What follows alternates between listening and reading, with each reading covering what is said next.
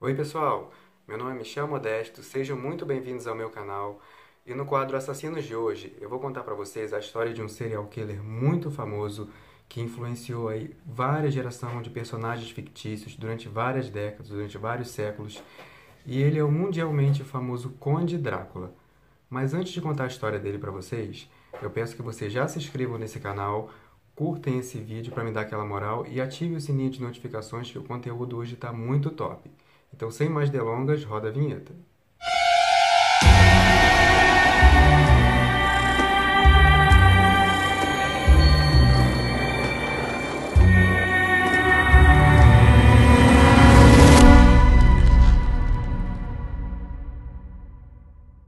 Essa história começa na Romênia no ano de 1442.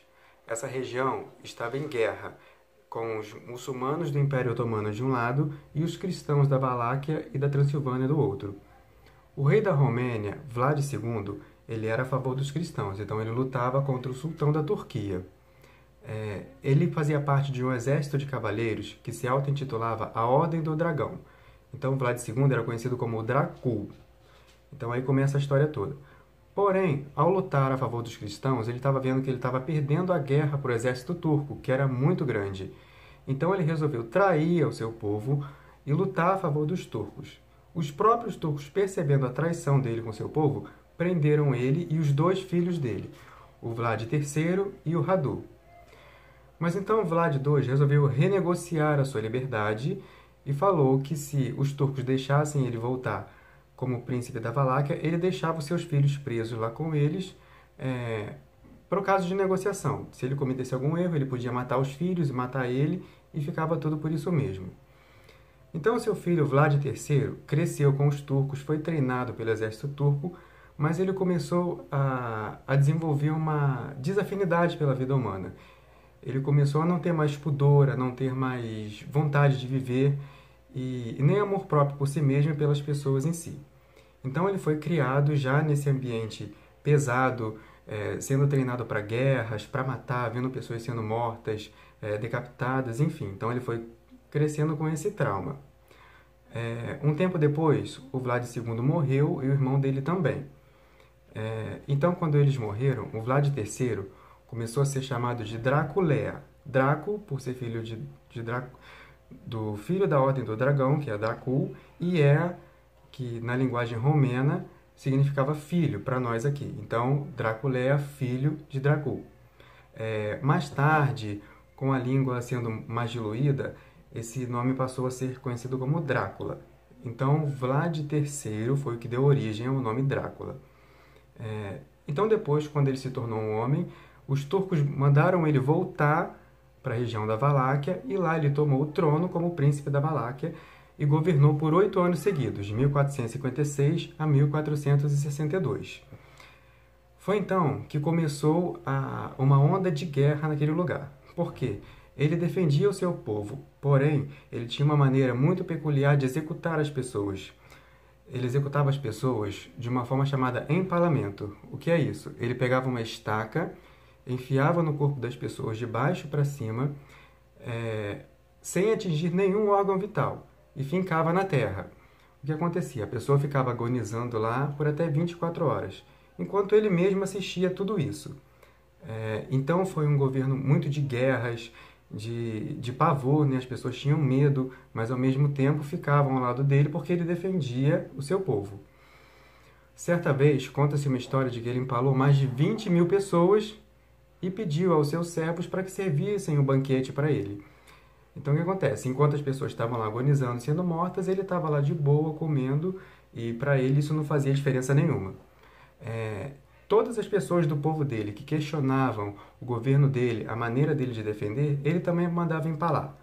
Qualquer desrespeito, qualquer coisa, não tirava o chapéu, não fazia o cumprimento, ele mandava empalar todo mundo. Então foi um massacre total que ele fez. Após esses 8 anos governados, ele perdeu o reinado dele, foi tomado dele, ele se refugiou na Hungria por alguns anos, formou um outro exército lá e tentou retomar esse trono em 1476. Só que ele foi morto na guerra no dia 14 de dezembro desse mesmo ano e aí acabou a história dele. Mas então como ele se tornou Drácula? Como ele se tornou esse conhecido ser imortal, vampiro imortal, Conde Drácula, famoso Conde Drácula, né? Que deu origem a todos esses vampiros que conhecemos hoje em dia. Isso é uma história que eu vou contar para vocês agora. É uma história fictícia e que vocês podem ver também no filme Drácula, A História Nunca Contada. Então, em um certo momento do reinado do príncipe Vlad III, o que acontece?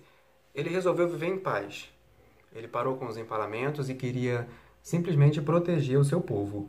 Então ele negociou com os turcos e falou com os turcos que ele estaria sempre pagando tributos para os turcos não mexerem com as pessoas, com o povo dele. Só que o problema é que os turcos estavam morrendo na região da Transilvânia e da Valáquia. Então eles achavam que o Vlad III estava matando esses turcos. Então o Vlad foi explorar a sua montanha para ver o que estava acontecendo. E lá ele achou uma caverna na montanha conhecida como Montanha do Dente Quebrado. E lá tinha um ser imortal que estava matando os turcos lá. Não só os turcos, mas qualquer pessoa que chegasse perto dessa caverna. Então ele fez uma expedição lá com alguns homens dele, entrou na caverna, só que todos os homens dele também foram mortos.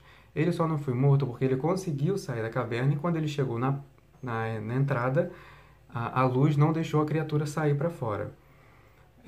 Então ele voltou para o seu castelo e para receber os turcos para poder entregar o dinheiro para eles, né, a moeda na época.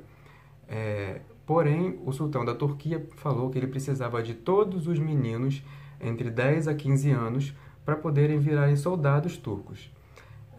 Então, Vlad III tentou negociar isso, só que foi um fiasco total e, além disso, o sultão falou que queria o filho dele também. Então, no intuito de proteger os filhos do seu povo e o próprio filho, ele voltou a essa caverna para pedir ajuda para a criatura. Então, lá ele descobriu que era um ser humano, porém que era um ser imortal, que tinha muita força, muita rapidez e que tinha o poder de causar muita destruição. O que acontece? A criatura deu o sangue dele para o Vlad III e disse que em 3 dias ele teria esse poder todo, durante 3 dias. Porém, se durante esses 3 dias, ao final dos 3 dias, ele não bebesse sangue humano, ele voltaria ao estado normal. Caso ele bebesse, ele viraria um vampiro e libertaria essa criatura lá daquela caverna escura. Então Vlad voltou, foi para a guerra e sozinho ele conseguiu matar 1000 soldados turcos. Essa notícia logo se espalhou e as pessoas do povo dele começaram a temer ele e os turcos também. Então o sultão da Turquia armou um exército de 100 mil pessoas, liderou e foi para invadir o povo, para invadir o castelo do Vlad III, já conhecido como Conde Drácula.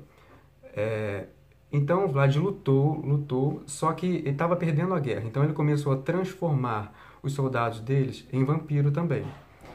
O que acontece? Em um certo momento da guerra, o sultão da Turquia conseguiu matar a esposa do Vlad III. E isso deixou ele atordoado. Só que antes de morrer, ele contou a história para ela e ela pediu para que ele bebesse do sangue dela e só dessa maneira ele conseguiria vencer a guerra. Então ele bebeu do sangue dela, transformou as outras pessoas e conseguiram matar todas as pessoas do exército turco. Teve muitas perdas também. Porém, ele vendo toda aquela atrocidade que ele tinha cometido, tudo aquilo que ele tinha feito, ele resolveu matar também as pessoas que ele transformou. Então ele fez o céu se abrir e todos os vampiros queimaram ao sol, inclusive ele. Só que ele foi o único vampiro que não se desfez por total. Ele ficou ressecado durante algum tempo. Então, depois que acabou a guerra, que conseguiu proteger o povo e as crianças, um dos seguidores do Vlad III foi lá e deu o sangue dele e o Vlad III ressuscitou de novo.